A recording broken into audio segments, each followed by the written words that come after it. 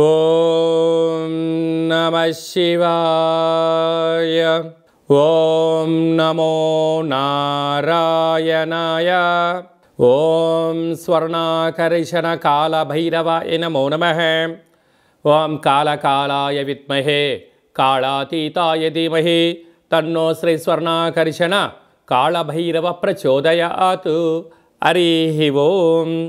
మా ఛానల్కి స్వాగతం. చూస్తున్న వీక్షకులకు ప్రేక్షకులకు ప్రియ కాళభైరవ భగవద్బంధులకి స్వాగతం పలుకుతూ మమ్మల్ని ఎంతగానో ఆదరిస్తూ ఉండబడినటువంటి ప్రియ సోదర సోదరీమణులకు అందరికీ కూడా నూతన ఆంగ్ల సంవత్సర శుభాకాంక్షలు. 2025వ సంవత్సరానికి స్వాగతం పలుకుతూ ఈ 2025వ సంవత్సరంలో అందరికీ శుభం జయం లాభం జరగాలని కోరుకుంటూ అందరిపైనను నరదృష్టి నివారణ అదృష్టాన్ని కలిగించేటువంటి కాళభైరవ స్వామికి ఆశీర్వాదాలను కోరుకుందాం. అలాగనే 2025 1 1 2 4 6 అనేటువంటి పరిస్థితుల ప్రకారంగా పూర్తిగా కలిపినట్లయితే 5 4 9 అవ్వడం వలన విశేషమైన పూర్ణ సంఖ్య అంటారు. 2025ని పూర్ణ సంఖ్య అంటారు. తారీఖును నెలను కలిపినట్లయితే 11 సంఖ్య మంచి లాభ సంఖ్య రాబోతుంది. కనుక ప్రభుత్వ ఉద్యోగ ప్రయత్నం చేసేవారికి ప్రభుత్వ ఉద్యోగంలో ఉండబడినటువంటి వారందరికీ చాలా శుభ పరిణామము అని గమనించగలగాలి. అలాగనే మనకు ఈ 2025వ సంవత్సరము బుధవారం రోజు ప్రారంభమవడం, ఉత్తరాషాఢ నక్షత్రం అవ్వడం వలన విపరీతమైన రాజయోగం అందరికీ కలిసి వస్తుంది అని చెప్పగలగాలి. అలాగా 9 సంఖ్య పూర్ణ సంఖ్య అవడం వలన అనేక మందికి లక్కీ నెంబర్ కూడా 9 సంఖ్య. కొన్ని కోట్ల మంది ఎదురు చూస్తున్న వారందరికీ అదృష్టవంతులు కాబోతున్నటువంటి సంవత్సరం ఇది అని చెప్పి కూడా మీరు గమనించాలి. కనుక ఈ 2025వ సంవత్సరంలో ప్రారంభ కాలంలో ద్వాదశ రాశుల్లో గ్రహ గమనాల్ని ఒకసారి వీక్షింపచేద్దాం.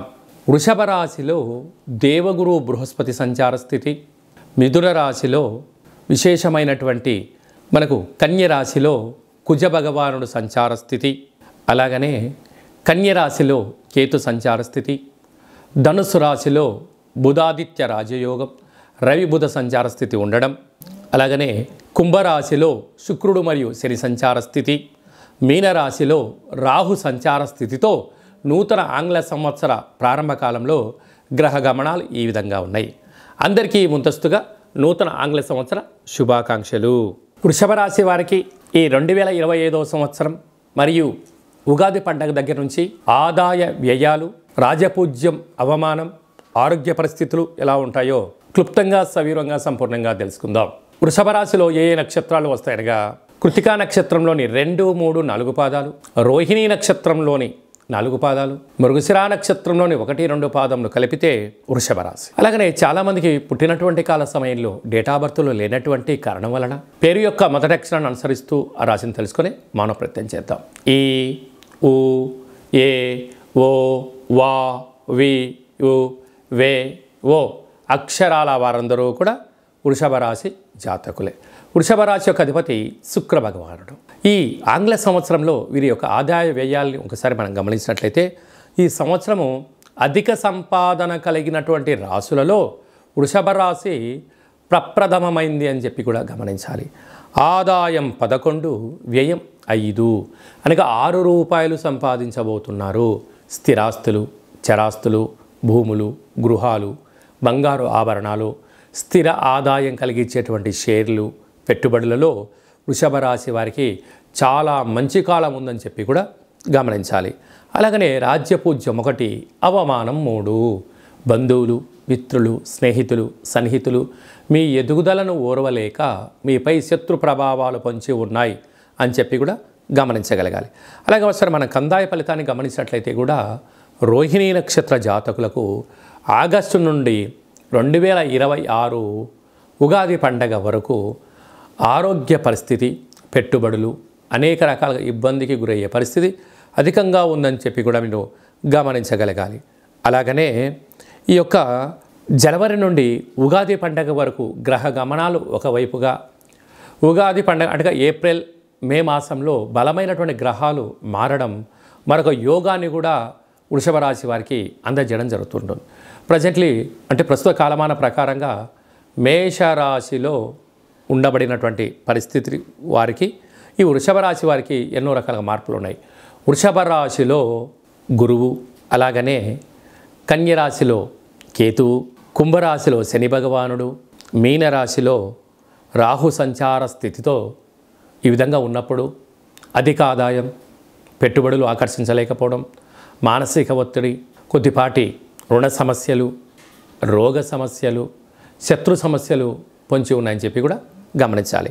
అలాగనే ఈ సంవత్సరము అంటే మనకు ఉగాది పండుగ నుంచి గ్రహ గమనాలలో రసాధిపతి శుక్ర భగవానుడు, అనగా అంటే రసాలతో కూడుకున్నటువంటి అంటే తేనె వ్యాపారాలు కానీ, లిక్విడ్స్ కానీ, ఫర్టిలైజర్సు, పెస్టిసైడ్సు, పెట్రోల్సు, అనేక రకాలమైన వ్యాపార ఉత్పత్తులు, హోటల్ వ్యాపారాలు, నీటితో కూడుకున్న వాటన్నిటికి కూడా వీడికి చాలా మంచి కాలము అని చెప్పి కూడా గమనించాలి.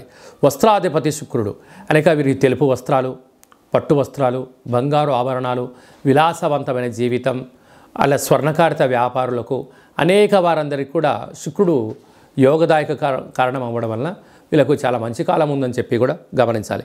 సర్పాధిపతి కూడా శుక్ర భగవాన్ అవ్వడం వలన వీలైనంత వరకు ఈ జంతురాజులతో అంటే పక్షిరాజాలతో కానీ, సర్పరాజాలతో కానీ వీలైనంత వరకు దూరంగా ఉండడం ఉత్తమోత్తంగా భావించగాలి.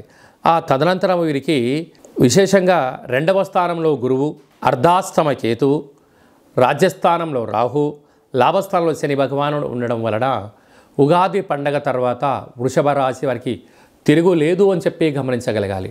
కనుక ఈ అర్ధాష్టమైన కేతు సంచార స్థితి ఉన్నప్పుడు, కొన్ని గ్రహాలు అనుకూలంగా లేనప్పుడు మీ జన్మ అంటే నెలలో మీ జన్మ నక్షత్రం రోజున అష్టమి, పూర్ణిమ, అమావాస్య తిథుల యందున దూరావాయు జల ప్రయాణాలు పెట్టుకోవద్దు, అప్పులు ఇచ్చి పుచ్చుకోవద్దు, క్రయ విక్రయాలు చేయొద్దు. ఇలా వీటిని నివారించగలిగినట్లయితే 90% ప్రమాదాలని నివారించి 100% అదృష్టాన్ని ఆస్వాదించడానికి అవకాశం ఉంటుంది. కనుక ఇలాంటి కాల సమయంలో నవగ్రహాల్లో శుక్ర భగవానుడికి ప్రతి శుక్రవారం వస్త్రదానం చేయడం, బొబ్బర్లతో కూడుకున్న ఆహారాన్ని ఏర్పాటు చేయడం, పక్షులకు, కుక్కలకు ఆహారాన్ని దానం చేయడం వల్ల వీరికి విపరీతమైన రాజయోగం వృషభ రాశి వారు సొంతమవుతుందని చెప్పి కూడా గమనించాలి.